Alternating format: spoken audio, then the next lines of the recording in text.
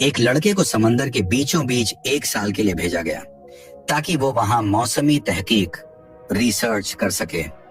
उसे इतनी बड़ी तनख्वाह दी गई कि उसने अपनी जान की परवाह तक नहीं की। जब वो वहां पहुंचा तो उस पुराने लाइट हाउस में पहले वाला अफसर जो वहां 1 साल से तैनात था कहीं दिखाई नहीं दिया। लड़का वहां अकेला रहने लगा। फिर एक रात समंदर की गहराइयों से एक अजीब मखलूक उभरी, एक ऐसी औरत जो न इंसान थी और न ही कोई जिन, लेकिन वो बेहद हसीन थी, ऐसी कि आंखें हटाना नामुमकिन था। उस रात वो लड़के के करीब आई और रफ्ता रफ्ता वो दोनों एक दूसरे के आदी हो गए। अब वो मखलूक हर रात आने लगी और लड़का उसके बगैर रह नहीं पाता था। 1 साल गुजर गया, लेकिन जब वापस जाने का वक्त आया तो उस लड़के ने इनकार कर दिया। उसने कहा, मैं अब यही रहूंगा सारी जिंदगी। आखिर वो मखलूक कौन थी? न इंसान न जिन। फिर ऐसी क्या हस्ती थी कि उसने एक इंसान को दुनिया छोड़ने पर मजबूर कर दिया? और वो उससे ऐसा क्या करवाती रही कि उसने अपना सब कुछ कुर्बान करके हमेशा के लिए समंदर को अपना घर बना लिया? समंदर की गहरी खामोशी में एक छोटी रिसर्च टीम भारतीय बहर ए हिंद के बीचों बीच वाक़े एक वीरान जीरे की तरफ बढ़ रही थी। उनका हदफ था एक ऐसा मकाम जहां न इंसान बसता था, न परिंदे उड़ते थे, बस लहर और हवा की वहशत थी। जहाज पर मौजूद टीम में सबसे कम उम्र मगर सबसे अहम रुकन था आदित्य शर्मा, एक नौजवान मौसम अफसर। हुकूमत ने उसे यहाँ 1 साल के लिए तैनात किया था ताकि वो जीरे के बदलते मौसम का मुतालिया करे। तमाम साजो सामान, खुराक, आलात और रहाइश पहले ही तैयार थे। कई दिनों के सफर के बाद कश्ती जब जीरे के करीब पहुंची तो वो मंजर किसी अफसाने जैसा लग रहा था। नीला समंदर, खामोश आसमान और बीचों बीच एक तन्हा जजीरा, जैसे दुनिया ने उसे भुला दिया हो। साहिल पर उतरते ही सन्नाटा फैल गया। न कोई परिंदा, न कोई निशान जिंदगी, सिर्फ लहरों की गूंज और हवा की सिसकी। जजीरे के बीच एक पुराना लाइट हाउस और उसके पहलू में एक छोटा सा मकान खड़ा था। यही आदित्य का नया घर था, जहां उससे पहले मौसम अफसर राघव वर्मा तैनात था। लेकिन जब टीम ने उस मकान का दरवाजा खोला तो अंदर अफरा तफरी थी। सामान बिखरा पड़ा था, कागज उड़े हुए थे, कुर्सियां उल्टी हुई थीं, जैसे कोई शख्स अचानक सब कुछ छोड़कर भाग गया हो। कप्तान राजीव सिंह और आदित्य ने एक दूसरे की तरफ देखा, फिर लाइट हाउस की तरफ बढ़े, मगर वहां पहुंचकर उनके कदम रुक गए। पूरा लाइट हाउस नुकीली लकड़ियों और लोहे की सलाखों से बंद था, जैसे किसी ने उसे जानबूझकर कैद कर दिया हो। राजीव ने जोर से दरवाजा पीटा, कोई जवाब नहीं।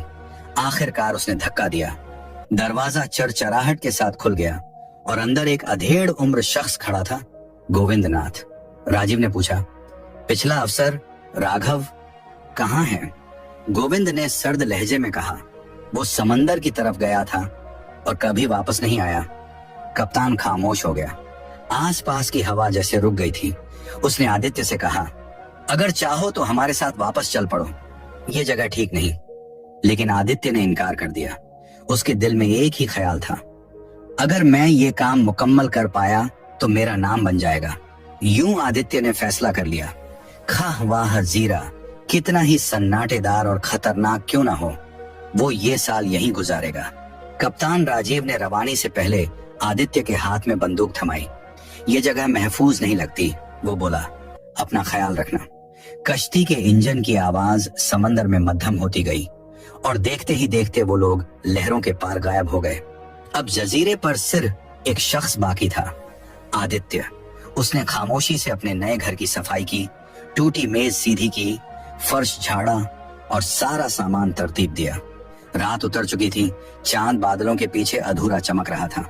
आदित्य ने एक दराज खोली तो अंदर से एक पुरानी डायरी निकली, पुराने मौसम अफसर राघव वर्मा की। सफ़हें जर्द थे मगर तहरीरें जिंदा।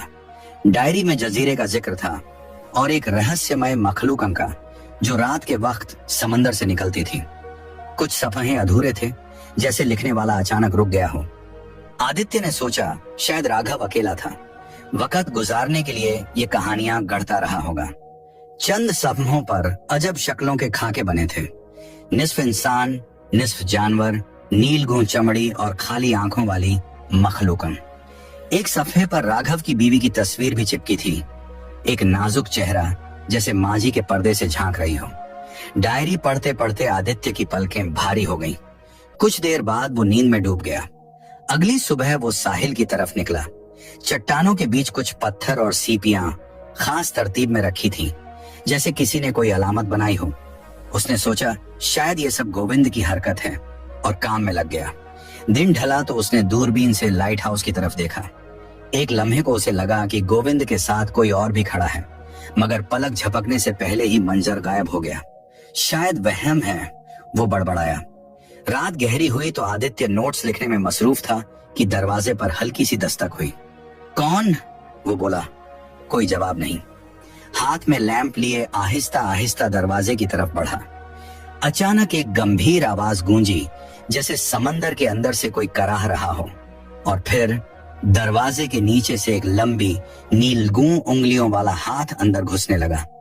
आदित्य का सांस रुक गया। वो सीधा बेसमेंट की तरफ दौड़ा और अंधेरे में दबक गया। दरवाजा चरचराहट के साथ खुला। कोई चीज अंदर आ चुकी थी। वो आहिस्ता आहिस्ता चलती कमरे के हर कोने में झांकती रही। आदित्य ने दीवार की दरार से झांका। अचानक वो मखलूका रुक गई, जैसे कुछ महसूस किया हो। फिर वो तेजी से दीवार की तरफ लपकी और अपना हाथ दरार के अंदर घुसाया। आदित्य के हाथ कांपने लगे, मगर उसने फौरन एक चाकू उठाया और पूरी ताकत से मखलूकन की आंख में घोंप दिया। एक खौफनाक चीख गूंजी। वो चीज पीछे हटी, लड़खड़ाई और अंधेरे में गुम हो गई। आदित्य हांफता हुआ जमीन पर बैठ गया। उसे यकीन हो गया, राघव की डायरी झूठ नहीं थी। ये जजीरा वाकई जिंदा था और वो अब इसमें कैद हो चुका था। रात के उस वाकये की गूंज अब भी आदित्य के जहन में थी। वो जान चुका था राघव की डायरी में जो लिखा था वो सब हकीकत थी। पूरी रात वो खिड़की के पास बैठा रहा, तारीकी में झांकता, हर साए से चौंकता। सुबह हुई तो उसके कदम रेत पर रुक गए। सामने लंबे चौड़े अजीब पैरों के निशान थे, जो सीधे समंदर की तरफ जाकर खत्म हो रहे थे। अब शक की कोई गुंजाइश न थी। जजीरे पर वो अकेला नहीं था। उसे समझ आ गया कि गोविंद ने लाइट हाउस के चारों तरफ नुकीली लकड़ियां क्यों गाड़ी थी। अगर वो इसी घर में रहा तो ये मखलूक एक दिन जरूर लौटेंगी। वो घबराकर लाइट हाउस की तरफ दौड़ा। गोविंद, दरवाजा खोलो, मुझे अंदर आने दो, वो चीखा। ऊपर से गोविंद की करख्त आवाज गूंजी। तुझे उसी दिन जहाज के साथ जाना चाहिए था। और फिर उसने बाल्टी से पानी फेंककर आदित्य को दूर धकेल दिया। आदित्य खामोशी से वापस आया। अब उसे अपनी हिफाजत खुद करनी थी।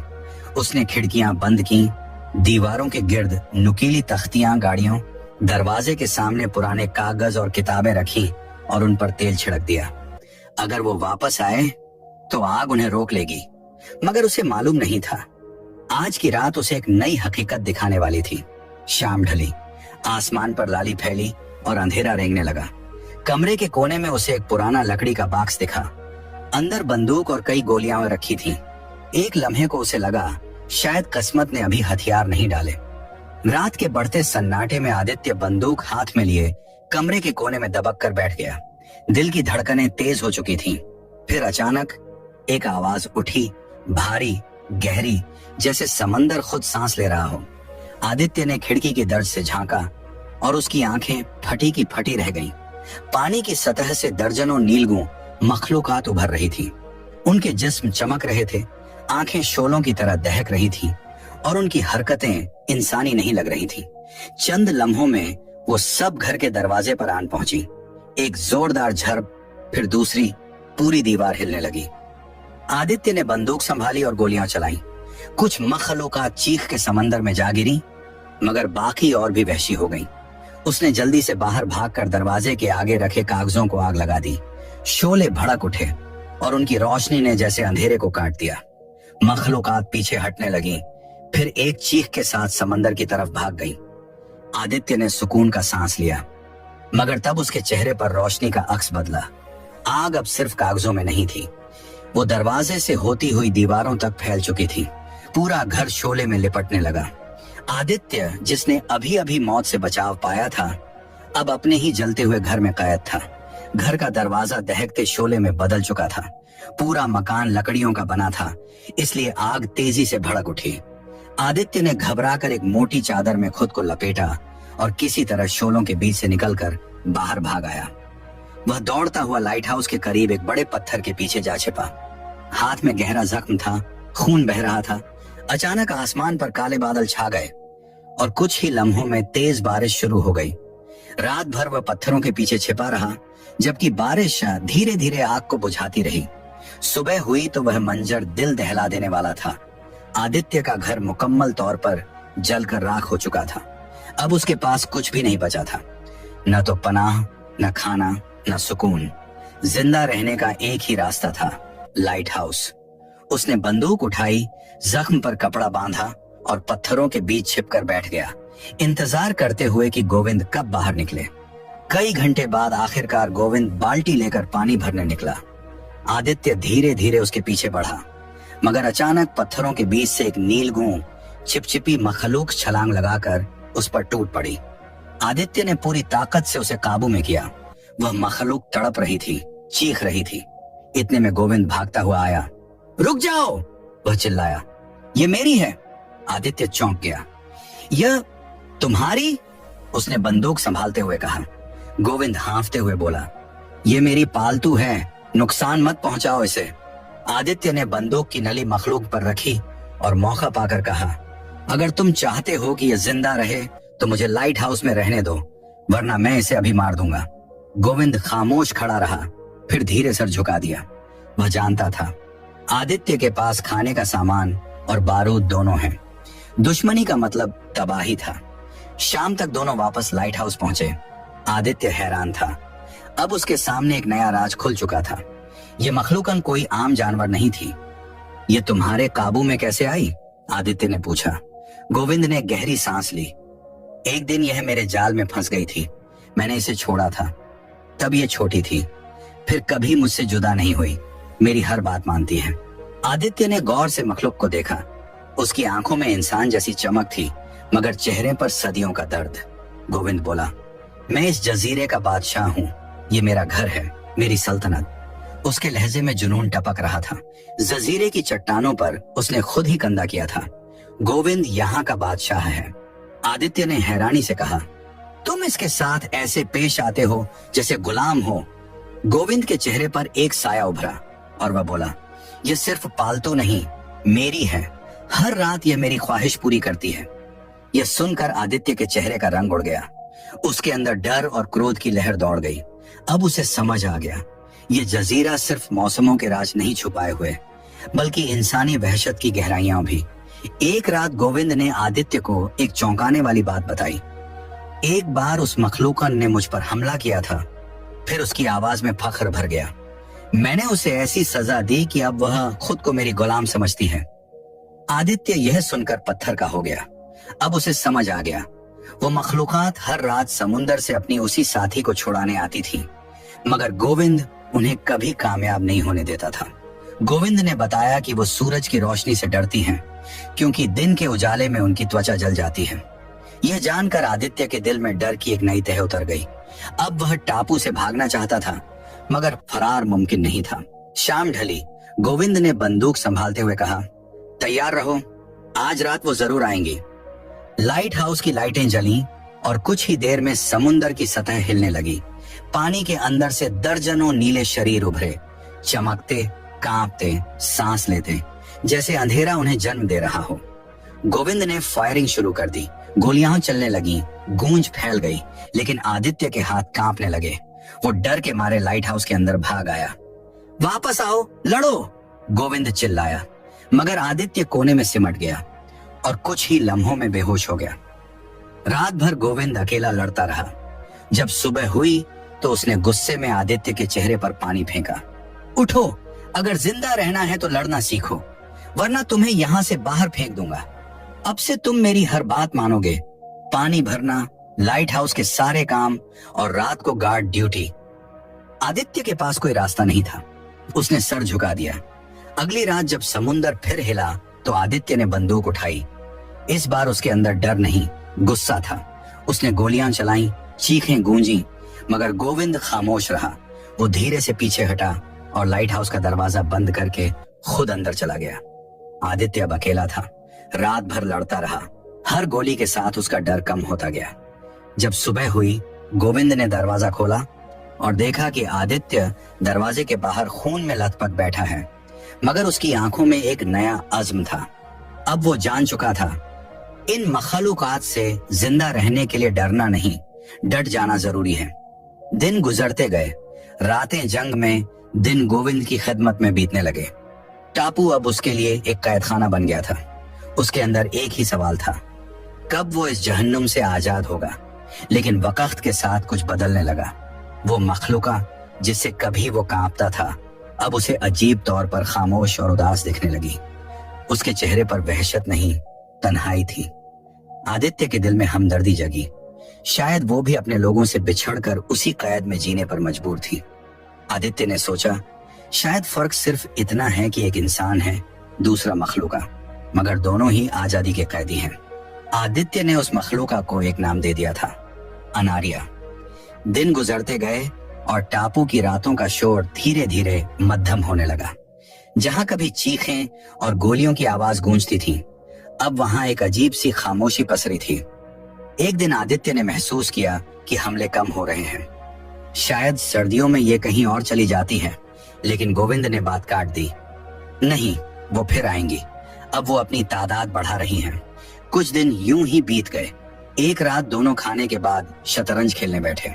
खेल में इतने खो गए कि उन्हें याद ही न रहा। लाइट हाउस की रोशनी जलाना भूल गए। अंधेरा छा गया। अचानक समुंदर की लहरें उबल उठी।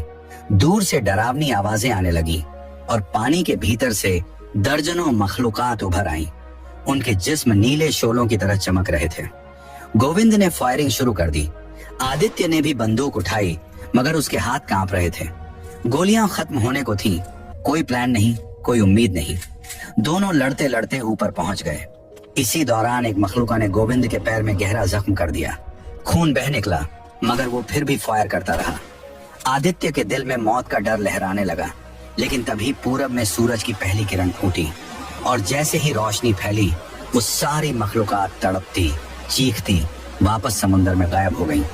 कड़कती धूप में लाइट हाउस के दरवाजे पर अनारिया दिखी। वो धीरे धीरे आई, गोविंद के जख्मों पर पानी डाला और खामोशी से मरहम लगाया। आदित्य ने यह मंजर देखा और पहली बार उसे एहसास हुआ कि ये दरिंदा असल में एहसास रखने वाली हस्ती है। लेकिन उसके दिल में एक कड़वा सच उतर चुका था, हम ये जंग नहीं जीत सकते। गोलियां कम थीं, खाने का जखीरा भी घट चुका था। अब बस इंतजार था, मौत का या किसी चमत्कार का। अगले दिन आदित्य तट के पास घूम रहा था जब उसने दूर समुंदर में एक जहाज देखा। उसकी आंखों में उम्मीद की चमक लौट आई। वो दौड़ता हुआ अंदर गया, फ्लेयर गन उठाई और आसमान की तरफ फायर कर दिया। लेकिन तभी गोविंद लपक कर आया और उसे रोक लिया। रुक जाओ, कोई फायर नहीं, आदित्य चीखा। क्यों? वो हमें बचा सकता है। गोविंद की आंखों में पागलपन था। तुम कहीं नहीं जाओगे, ये टापू मेरा है, मेरी दुनिया, मेरी सल्तनत। आदित्य कुछ कहने ही वाला था कि अचानक अनारिया गोविंद पर झपट पड़ी। वो आदित्य को बचाना चाहती थी। गोविंद ने गुस्से में धक्का दिया। अनारिया चीखी, उसकी आवाज हवा में गूंज गई। गोविंद का चेहरा जुनून से लाल हो गया। अब वो सिर्फ एक राजा नहीं रहा था, वो एक कैदी राजा बन चुका था जो किसी को आजाद नहीं देख सकता था। आदित्य जान गया कि वो किसी मानसिक कैद में है। गोविंद को डर था कि अगर आदित्य चला गया तो वो दुनिया को इन मखलूकात का राज बता देगा। इस बीच वो जहाज धीरे धीरे समुद्र की धुंध में गायब हो गया। आदित्य खामोश खड़ा रह गया।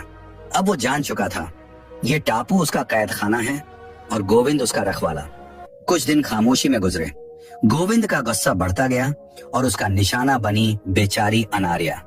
एक रात वो जख्मी हालत में आदित्य के पास आई। उसकी आंखों में आंसू थे। मेरे साथ चलो, उसने धीरे से कहा। मैं तुम्हें कुछ दिखाना चाहती हूँ। और दोनों चल पड़े, उस टापू के उस कोने की तरफ जहां इंसान का कदम शायद कभी न पहुंचा था। आदित्य ने जब उस पुरानी बोट को देखा तो उसके अंदर एक नई उम्मीद जाग उठी। शायद यही इस जहन्नुम से निकलने का रास्ता हो।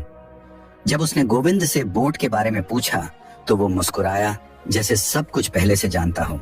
हाँ, मुझे मालूम था कि इस टापू के उस हिस्से में एक बोट है। फिर उसने भारी आवाज में कहा, कुछ लोग एक बार यहाँ इसी बोट के जरिए पनाह लेने आए थे, मगर सुबह होने से पहले वो सब खत्म हो गए। उन मखलूकात ने किसी को जिंदा नहीं छोड़ा।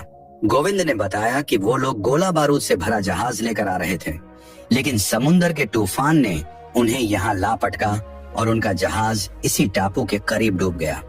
ये सुनकर आदित्य के दिमाग में एक नया मंसूबा उभरा।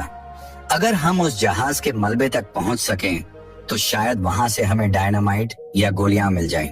उनके पास एक पुराना डाइविंग सूट था, भारी मगर कारगर। गोविंद ने फौरन इनकार कर दिया। ये खुदकुशी है, वहां जाना मौत को दावत देना है। मगर आदित्य अब रुकने वाला नहीं था। अगर हमें जिंदा रहना है तो खतरा मोल लेना ही होगा। कुछ दिन गुजरे। आदित्य और अनारिया के दरमियान अब एक नरम खामोश रिश्ता बन चुका था। दोनों एक दूसरे की तन्हाई समझने लगे थे और यही बात गोविंद के लिए नाकाबिले बर्दाश्त थी। एक रात उसने उन्हें करीब आते देखा और उसी पल उसके दिल में नफरत और हसरत का ज़र भर गया। अब वो आदित्य को खत्म करने की ठान चुका था।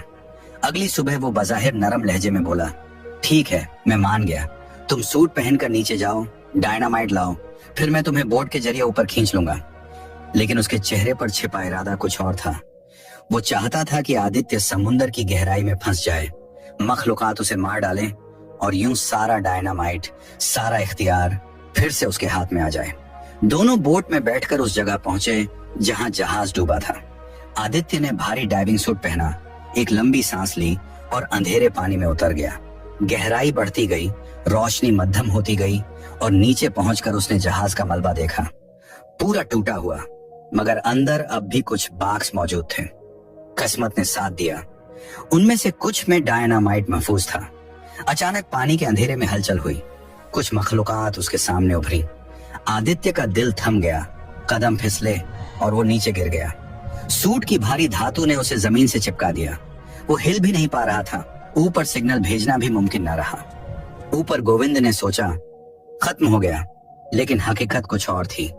आदित्य के सामने जो मखलूकन थी वो दरअसल दो नन्हे बच्चे थे, डरे हुए, कमजोर और हैरान।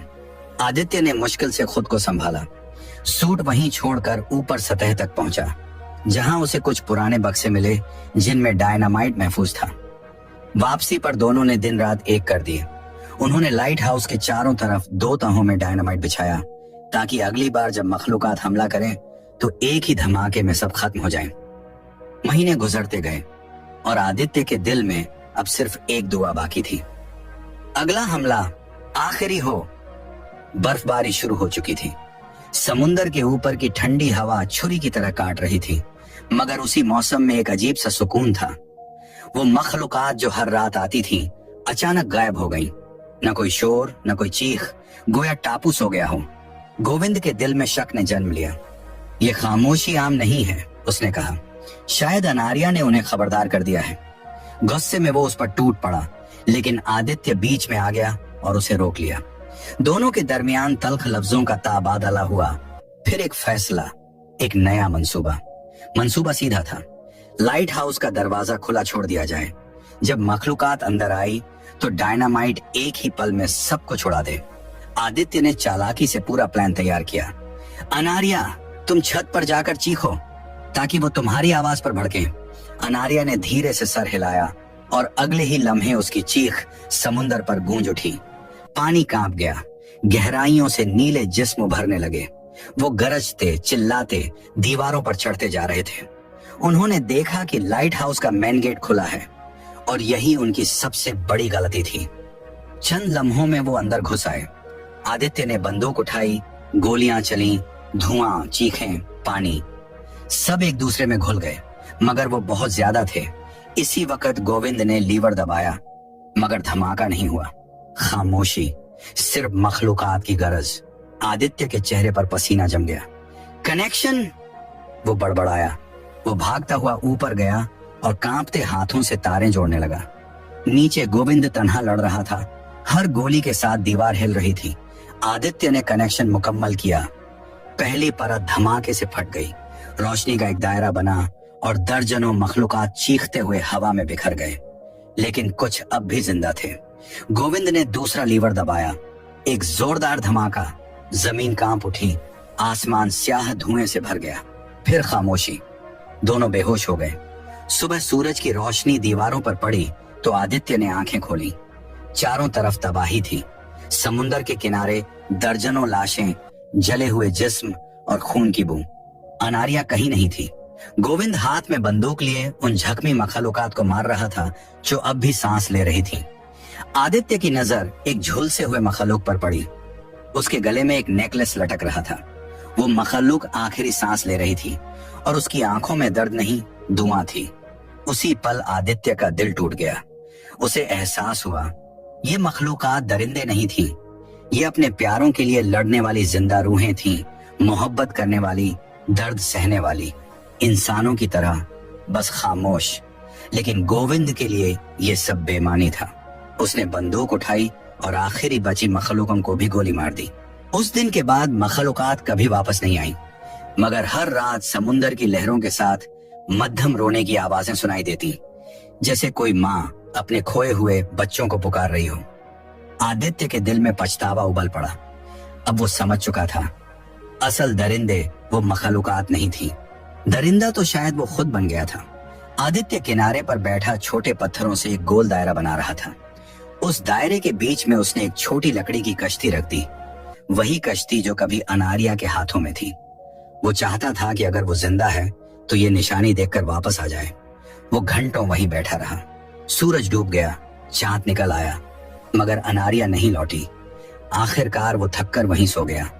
सुबह आंख खुली तो गोविंद पास ही सो रहा था। उसके पास कुछ पुरानी चीजें रखी थी, झंग लगे नक्शे, फटी किताबें और एक पुरानी तस्वीर। आदित्य ने तस्वीर उठाई और अगले ही पल उसका दिल जैसे थम गया। तस्वीर में वही औरत थी जिसका फोटो आदित्य ने राघव की डायरी में देखा था, राघव की बीवी। और उसके साथ जो शख्स खड़ा था वो कोई नया चेहरा नहीं, खुद गोविंद था। अब सब साफ हो गया। राघव मरा नहीं था, वो जिंदा था, मगर अपनी पहचान बदलकर इसी टापू पर गोविंद बनकर रहने लगा था। बीवी के खो जाने के बाद वो दुनिया से टूट गया और इस टापू को अपना किला, अपनी सल्तनत बना लिया। आदित्य के दिल में ठंडी लहर दौड़ गई। अब वो समझ गया था, ये टापू सिर्फ गोविंद की कैद नहीं, उसकी अपनी भी कैद बन चुका है। वो भी धीरे धीरे वैसा ही अकेला, वैसा ही खामोश होता जा रहा था। शाम को वो फिर किनारे पर गया। दायरे में रखी वो छोटी कश्ती अब वहां नहीं थी, लेकिन उसी जगह एक नन्हा मखलूक खड़ा था, अपने छोटे हाथों में वही कश्ती थामे हुए। आदित्य ने नरमी से मुस्कुराकर एक जलती लकड़ी उस दायरे में डाल दी। ये उसका इशारा था। वो लड़ना नहीं चाहता, बस अमन चाहता है। कुछ ही देर में समुंदर की लहरें उभरने लगी। फिर अनारिया निकली, उसके पीछे दर्जनों मखलूकात, मगर इस बार उनके चेहरों पर वहशत नहीं थी। उनकी आंखों में सिर्फ सुकून की इल्तिजा थी। सब खामोश खड़े थे। ये दुश्मन नहीं थे, बस अपने बच्चों के लिए एक महफूज जगह मांगने वाले थे। अचानक लाइट हाउस की दिशा से गोविंद नजर आया, हाथ में बंदूक, आंखों में पुराना जुनून। ये सब क्या तमाशा है? वो गरजा। ये मखलूकात हमारे दुश्मन हैं। आदित्य ने नरमी से कहा, नहीं गोविंद, ये अब लड़ना नहीं चाहते, ये सिर्फ जीना चाहते हैं, शांति से, आजादी से। गोविंद ने उसे नजरअंदाज किया। उसने अनारिया की तरफ बंदूक तानकर चिल्लाया, अंदर चली जाओ। मगर अनारिया नहीं हिली। उसके चेहरे पर अब डर नहीं, बल्कि वो हिम्मत थी जो सदियों की गुलामी के बाद जन्म लेती है। गोविंद के चेहरे पर पसीना उभर आया। उसकी उंगली बंदूक के ट्रिगर पर कांप रही थी।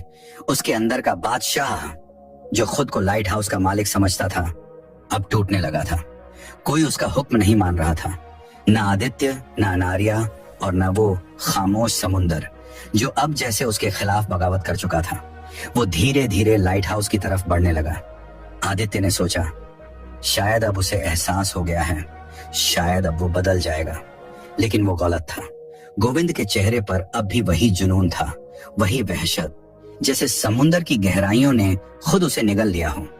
आदित्य तेजी से लाइट हाउस की तरफ भागा और दूसरी तरफ गोविंद, जो अब अपने होशो हवास खो चुका था, सिग्नल गन निकालकर आसमान की तरफ फायर कर देता है। एक लम्हे में आसमान चमक उठा और रोशनी का गोला सीधा जाकर एक नन्हे मखलूका के बच्चे से टकरा गया। वो बच्चा जमीन पर गिरा, उसकी हरकत थम गई, पूरा किनारा साकित हो गया। अनारिया की चीख फिजा में गूंज गई। समुंदर के किनारे खड़ी मखलूकात पीछे हट गई और डर के मारे पानी में लौट गई। आदित्य के दिल में आग भड़क उठी। वो गुस्से दर्द और बेबसी में चीखा, क्यों किया तूने ये सब? ये मखलूकात तो सिर्फ सुकून चाहती थी। गोविंद का चेहरा पागलों जैसा हो गया। वो गरजा, मैं इनका बादशाह हूं, अगर मैं न रहूं तो यहाँ राज कौन करेगा? उसने लोहे का रॉड उठाया और आदित्य की तरफ लपका। आदित्य पीछे हटा, फिर एक पल की खामोशी में बोला, रुक जाओ राघव। गोविंद के कदम रुक गए। आदित्य की आवाज धीमी मगर गूंजती थी, हाँ तुम ही हो राघव, वही वेदर ऑफिसर जो कभी यहाँ तैनात था। तुम मरे नहीं थे, बस बदल गए थे। नाम, चेहरा, आवाज सब बदल लिया, मगर अंदर का अकेलापन जिंदा रहा। गोविंद के चेहरे पर खालीपन छा गया। उसके हाथ से रॉड गिर गया, आंखों में नमी आ गई। आदित्य ने धीरे से कहा, तुम कातिल नहीं हो राघव, ये सब तुम्हारे अंदर के दर्द का शोर है। तुम्हारी बीवी की मौत, तुम्हारा अकेलापन, इन्हीं ने तुम्हें दरिंदा बना दिया। ये मखलूकात दुश्मन नहीं, ये तो सिर्फ अपने घर लौटना चाहती थी। पहली बार गोविंद की आंखों से आंसू बह निकले। उसने सर झुकाया और धीरे धीरे लाइट हाउस से बाहर गया। समुंदर के किनारे जाकर वो रुका, बंदूक नीचे फेंकी और बाजू फैला दिए। मैंने गलत किया। उसकी आवाज कांपी, मैं इन सब से माफी चाहता हूँ। पानी की लहरें उठने लगीं और वो मखलूकात एक बार फिर समुंदर से निकली। उनकी चीखें अब खौफ नहीं, मातम थी। चंद लम्हों में वो गोविंद के चारों तरफ जमा हो गईं और वो लहरों के साथ धीरे धीरे डूब गया, हमेशा के लिए। आदित्य खामोश खड़ा रहा, फिर वापस लाइट हाउस के अंदर गया, दरवाजा बंद किया और खिड़की से समुंदर की तरफ देखने लगा। वक्त गुजरता गया, बारिशें आईं, आंधियां चलीं और 1 साल बाद एक सरकारी कश्ती टापू के करीब पहुंची। एक नया वेदर ऑफिसर और एक अफसर उतरे। उन्होंने आदित्य से पूछा, पिछला अफसर कहाँ गया? आदित्य ने बस इतना कहा, वो समुंदर की तरफ गया था मगर वापस नहीं आया। अफसर ने सर हिलाया और शायद यही समझा कि आदित्य ही गोविंद है, उसी लाइट हाउस का पुराना निगाहबान। आदित्य ने उनकी गलतफहमी को नहीं बदला। वो खामोशी से बालकनी पर गया और समुंदर की तरफ देखा। जहां कभी खौफ था, अब सिर्फ सुकून था। हल्की हवा चल रही थी।